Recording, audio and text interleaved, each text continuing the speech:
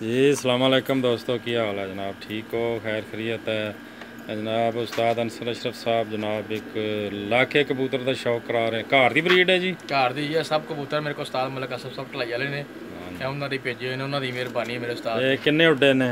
माशाल्लाह जी है शामा तक माशाल्लाह उड़ रहे हैं बचपन दे विच बच्चे सी साल जद्दे च जद्दी दे विच माशाल्लाह बच्चे सी ते बच्चे सी उड़ अख का शौक कराओ। लो जी।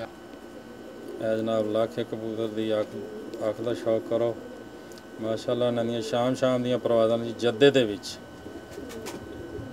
माशाल्लाह तबारक अल्लाह। एक हुंदा जी माशाल्लाह बगल देखो ते गलीचे पे आइए ना पर चढ़ दे बाहर चढ़िया, हालांकि क्रीच पे है। वाइब्रेट किस तरह कर रहे देखो, लेंथी कुंदा देखो ना, बगल किस तरह भरी पई है।